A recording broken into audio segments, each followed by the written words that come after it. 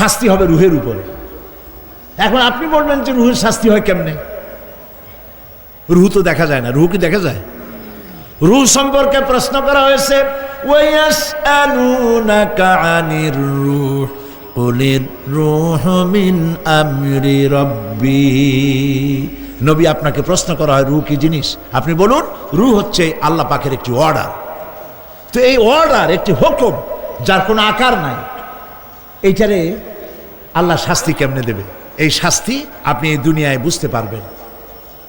হঠাৎ করে আপনার গ্রেফতারি পরোয়ানা জারি হয়ে গেছে, তখন একটা টেনশন ক্রিয়েট করে, হার্টবিট এত বাড়ছে, ঘুমের থেকে জেগে বউরে ধমকাচ্ছেন যে আমারে বাগে তাড়াইলো, বউ তো টেরই পায় নাই, ঠিক কিনা? এই যে বাগে তাড়াইলো, পুলিশে তাড়াইলো, সাপে তাড়াইলো, ঘুমের মধ্যে কষ্টে ঘাম বেরিয়ে গেল, এই শাস্তিটা কিছুর উপরে হইল? রুহের উপরে। এটা আল্লাহ দেখাই দিলেন, মরার পরে এর থেকে মারাত্মক কঠিন শাস্তি রুহের উপরে হবে। তারপরে বডি বানানো হবে জাহান্নামে দেওয়ার জন্য। যদি দুনিয়ায় বেঁচে থাকা অবস্থায় কিয়ামতের দৃশ্য দেখতে চায়, সেজন্য সূরা নাবা, সূরা আত-তাকবীর, সূরা নাজিআত, সূরা আল ইনফিতার, এই সূরাগুলি যেন পড়ে, তাহলে দুনিয়ায় জীবিত থাকা অবস্থায় কিয়ামতের দৃশ্য দেখতে পারবে।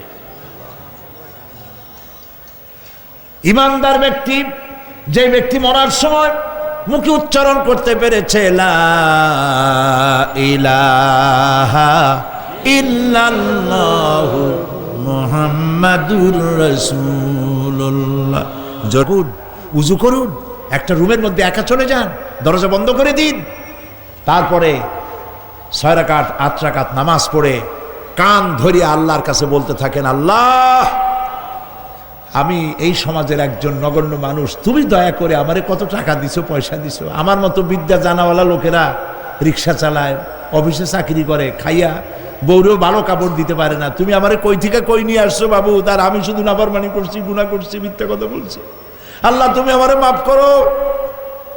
গভীর রাত্রে গুনগুন করে নিজের কানে ধরে অপরাধ স্বীকার করে কাঁদতে থাকেন আর ডাকতে থাকেন, ইয়া আল্লাহু ইয়া রহমানো ইয়া রহিমো ইয়া হাইয়ু ইয়া কাইয়ুম। পড়েন, ইয়া আল্লাহু ইয়া রহমানো ইয়া রহিমো ইয়া হাইয়ু ইয়া কাইয়ুম, ইয়া আল্লাহু ইয়া রহমানো ইয়া রহিমো ইয়া হাইয়ু ইয়া কাইয়ুম। চোখের পানি ফেলে। নবীজি বলেছেন, আল্লাহর ভয়েতে গুনাহ করেছিল সেই লজ্জা করে, আল্লাহর ভয়েতে, জাহান্নামের ভয়েতে মানুষ যখন কান্দে, চোখের পানি নাকের অর্ধেক আসতে না আসতে আল্লাহ পাক তারে মাফ করে দেন।